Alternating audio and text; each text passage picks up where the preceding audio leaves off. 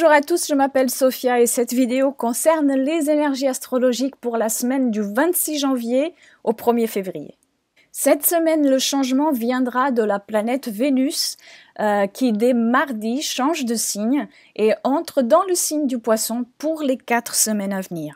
Elle est ici en exaltation, ce qui veut dire que tout prend une autre ampleur, tout est plus grand et vécu plus intensément.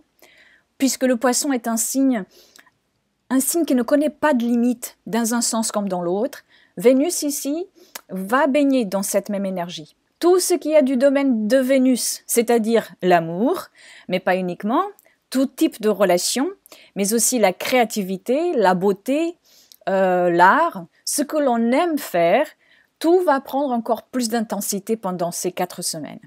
Trop donner et aller jusqu'à ressentir un sentiment de sacrifice sur lequel on ne croit avoir de prise, ou alors aucun moyen d'y échapper. C'est la victimisation qui peut venir avec une Vénus en Poisson.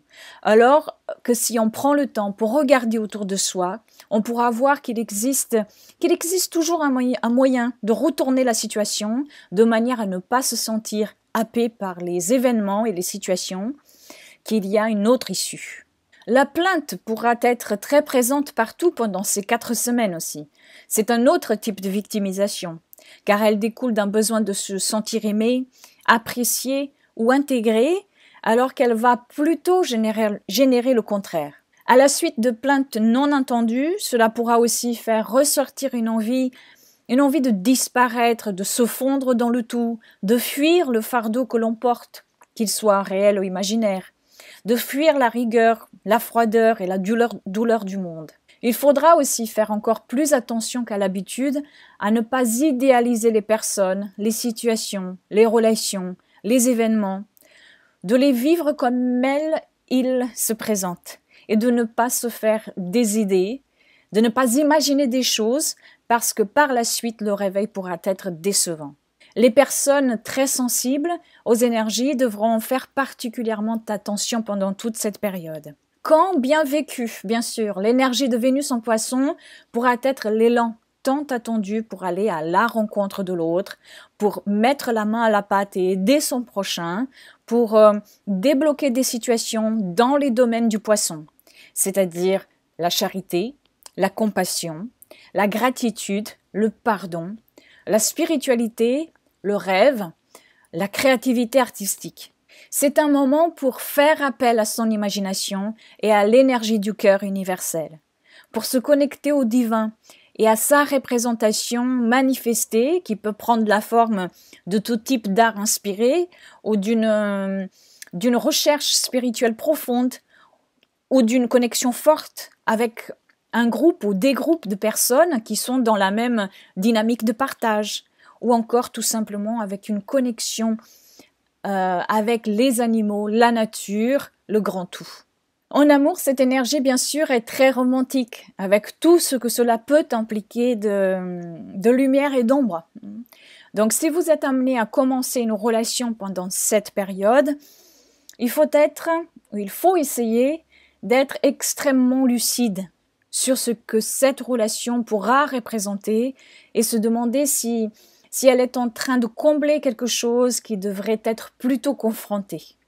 Il faudra aussi se demander ce que l'on veut véritablement de cette relation, ce que l'on attend, et s'il y a une idéalisation de l'autre, et cela peut venir des deux parties, ou est-ce que c'est plutôt l'idéalisation de la relation elle-même.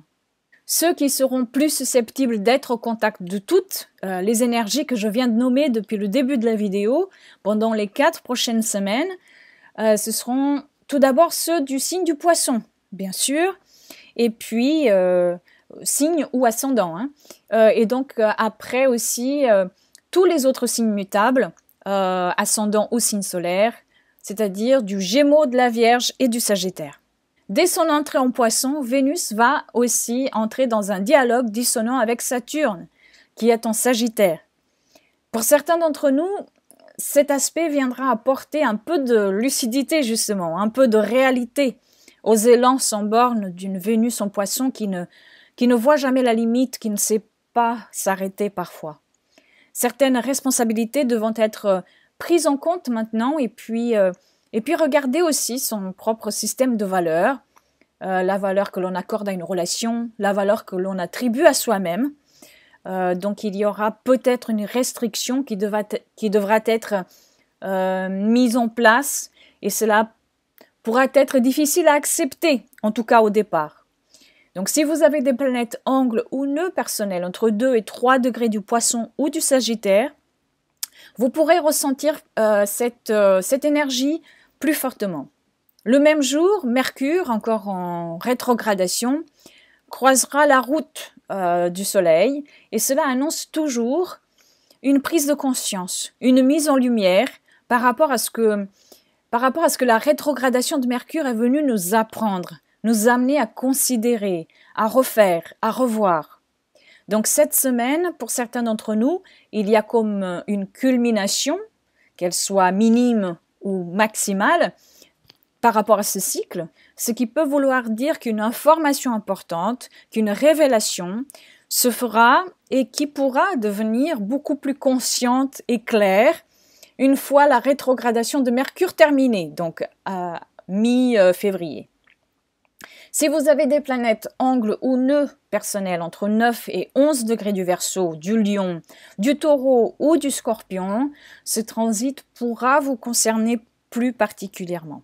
Et surtout aussi parce que cette semaine, Mercure, encore lui, dialoguera aussi avec Uranus, planète de la révolte, de la liberté et de l'innovation.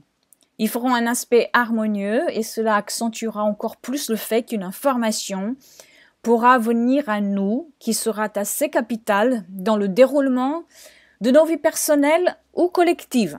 Si vous avez des planètes angles ou nœuds personnels entre 13 et 14 degrés du Verseau ou du Bélier, vous serez peut-être plus particulièrement concerné par cet aspect. Et puis pour terminer la semaine, nous avons Mars qui va faire un aspect harmonieux à Pluton, planète de la métamorphose. Et c'est ce pouvoir-là justement qui sera mis à l'honneur avec ce dialogue. Parce que Mars est en Poisson, dans un signe d'eau, intuitive, et que son esprit de conquête est à moitié intériorisé.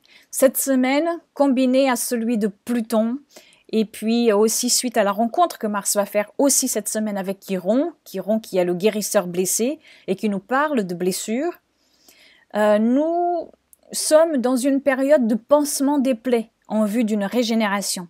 Pour certains d'entre nous, il faudra peut-être cette semaine aller encore plus loin dans la blessure, ne pas faire abstraction de celle-ci, comprendre que pour que la souffrance puisse devenir résilience, il faudra aller contacter les profondeurs. Et donc cette semaine, certains d'entre nous comprendront très fortement le pouvoir de la métamorphose qui fait partie de la vie, qui est du domaine de tout être vivant, car la métamorphose permet l'évolution. Si vous avez des planètes angles ou nœuds personnels entre 13 et 14 degrés du Capricorne ou du Poisson, vous ressentirez peut-être cette énergie plus fortement. Et puis maintenant, j'aimerais juste vous dire que je vais mettre en place du 20 mars au 18 avril un cours en ligne, car ce sera la nouvelle année astrologique et à ce propos, je vous propose de vous accompagner avec un cours en ligne. Vous recevrez des méditations astrologiques et des fiches pour un travail personnel avec les énergies de cette période-là. C'est un travail introspectif, donc de l'écriture pour soi, des pauses méditatives. C'est de la guidance astrologique dans un but de développement personnel. Donc ce n'est pas un cours d'astrologie pure.